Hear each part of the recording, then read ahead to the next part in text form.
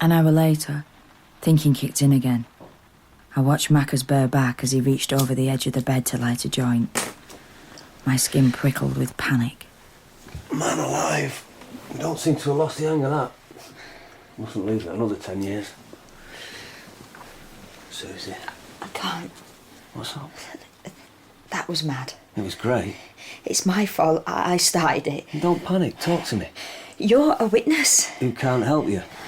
I don't know what I was playing at. It was totally out of order. Thanks for going through it again at the underpass. Look, drop the DCI rubbish. I'm a DCI. No, this is personal. You made it personal. You did that. Well, I want to undo it. Susie, talk to me. Come on. Look, you can't just go. I'm sorry. You can't just go! I hardly slept. I lay waiting for the alarm to go off, longing for work to take me over. Next morning, I went to the shopping centre where JJ Green was last seen busking, the day he died. The governor had not only stumped up the cash for a screen to play a loop of CCTV showing the unidentified kids bothering JJ, there was a mobile incident room too. It was working. Shoppers and passers-by were coming up, talking to officers, getting involved. Wotende strode up. How was it with Macca? At the underpass? He got upset. He didn't remember anything. Shame. Well, the path reports in. There's nothing on PC Fenton's jacket matching Roland Palmer. Predictably. You'd never suggest a DNA test if you thought you might incriminate yourself. Well, what about Aaron Trent's DNA? Is that on the jacket like Roland Palmer said it would be? Incomplete result. They need more time. Maybe Roland Palmer's right. Maybe Aaron Trent did kill PC Fenton. Maybe it had nothing to do with Michael Chambers.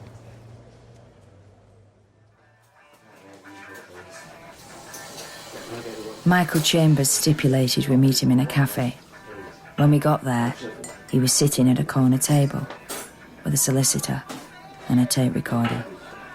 Other customers nodded to him. The owner watched us. I was the only white person there. The police have ruined my life.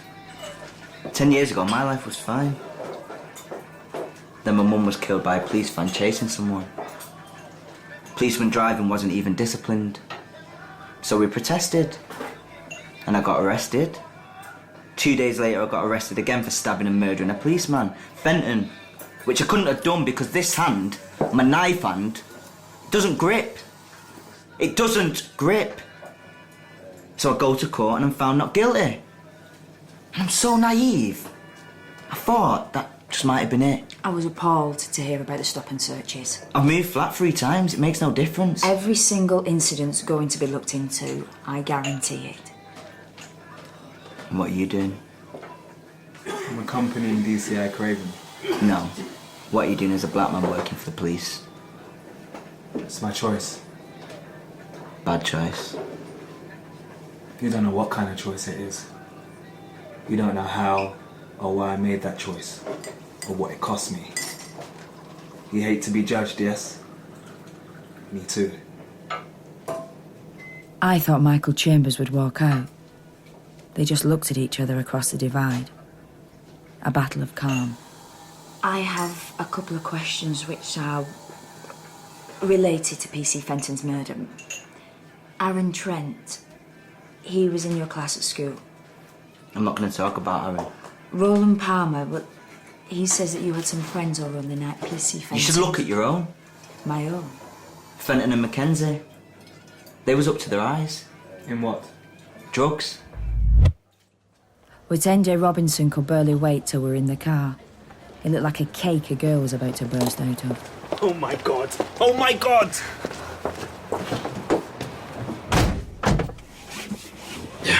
So, actions raised? Actions raised? Ask Mackenzie about drugs? Yes, ask Mackenzie about drugs. I needed to run a mile from Macca, but my job made me chase him. I couldn't slip away from work till after 6. Michael Chambers says you pocketed drugs from kids on the Churchill estate. Oh, God. You did, didn't you? Get inside. Don't tell me you didn't. I saw it on your face. Listen, sometimes I bought them. Oh, Jesus. I thought you knew. Why would I have known? Where do you think it came from? The stuff we used. Where do you think it came from? Oh, God. And I'm going to have to interview you.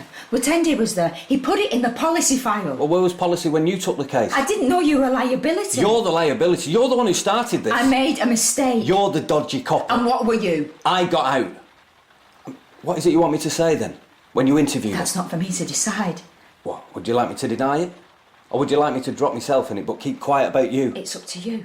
I'll say the lot then. That I bought drugs off a kid on the Churchill while Tommy Fenton stood guard. That me and PC Fenton took drugs with WPC Sue Craven when we had sex with her together. Which do you think will get you sacked quicker? The sex or the drugs? You can't blackmail me. I'll take what comes. I didn't sleep that night. What the hell would Macca say in the interview room? Next day, Watende was early. He set about dismantling the smoke alarm. Macca was late. No, I didn't pocket drugs from kids on the Churchill estate. The information was that you and PC Fenton were both involved. No, Can you think why someone would have made that allegation? I did. A couple of times buy small amounts from a kid. Tommy had nothing to do with it. Absolutely nothing. What sort of drugs? Bit of smoke. Ease sometimes. What were you doing? Shh. Well, there's a bit of background to it. Carry on. In 1999, my then wife, had a baby. I wasn't up to it, just never went home. Being an arsehole, DS Robinson, is what I was doing. It's no excuse, but it's who I was at the time. What sort of quantity? Tiny. I only did it a couple of times. Who was the kid? Never knew his name, he was a runner. Were any other officers involved? No. Macca left. Watende sprang to life. Why did he admit to it? Because if he denied it, he knows we'd go back to the informant to check. So he gives us the lowest level story so we feel like he's given us something. How can your partner, who's also your best friend, have nothing to do with something you do? He's covering up for Fenton. Did you believe him? I believed the patheticness. That's what he's playing. We've had Stroppy Macca, Nice as Pie Macca, Sad Macca. Who is he? Why is he so desperate to prove Fenton was squeaky clean? Because he liked him. What if it's tied up with Fenton's murder? What? The one thing the original investigation never would have done? Investigate the coppers. That's what we should do. We should get the exhibits out of storage and look for ourselves. Investigate the coppers. Watende, the implications of that are huge. Not just here, but nationwide. If we start... We can do it. Look, you're not like the rest. You mean it. I'm lucky I work with you. And you're lucky because I will stick my neck out with you every time. Okay. There's 100 uncontroversial reasons why we should want to look at the exhibits. So let's do it. But we keep our agenda under wraps. Of course. And we don't lose track of Plan A. I wanted to give Aaron Trent a progress report. I also wanted to see if he was still shaking. Aaron, the result was incomplete. Your DNA sample was compared with a sample on PC Fenton's jacket. The sample on the jacket's 10 years old. It's deteriorated, but they can grow DNA from it. And then compare it with mine again? Yes, Will that be conclusive? that's the idea. Something happened to Aaron's face. Something got ironed out. I could see Watende sensing it too. How long will it take? We're hoping the next few days. I'm sorry to keep you hanging on. No problem. Thanks for letting me know. Aaron Trent gave me this beautiful, serene smile. Don't get it. Where did the panic go? Bluffing?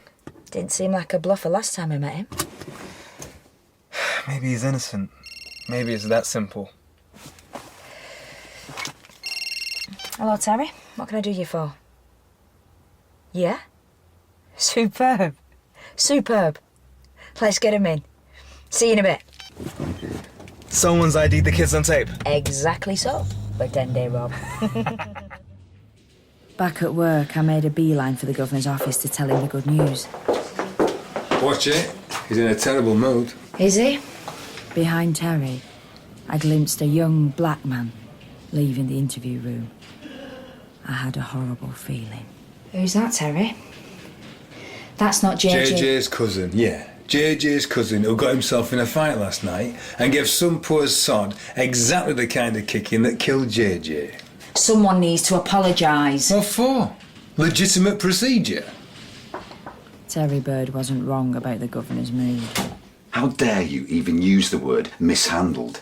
I've had a senior colleague on the phone this morning, a respected officer who worked on the PC Fenton case 10 years ago. What? I just asked a few questions. Well, you evidently asked them badly. I said, don't upset people. Coppers don't like it when a colleague gets stabbed. They also don't like it when a colleague wants to make the past look bad so she can make herself look good. I don't do that. It seems to me there's no right way to ask the questions. The subject's taboo. Things are missing from that paperwork. Then talk to the storage people. I have. I need you to be reliable. Terry's reliable. He was perfectly entitled to question JJ's cousin. You weren't there. I gave the go-ahead. Right, I want that screen at the shopping centre scrapped. It's a vandal magnet. Fine, it worked. The kids have been ID'd. We're getting them in. Fine. And as for this, Mackenzie's drug exploits. What's your considered opinion on that?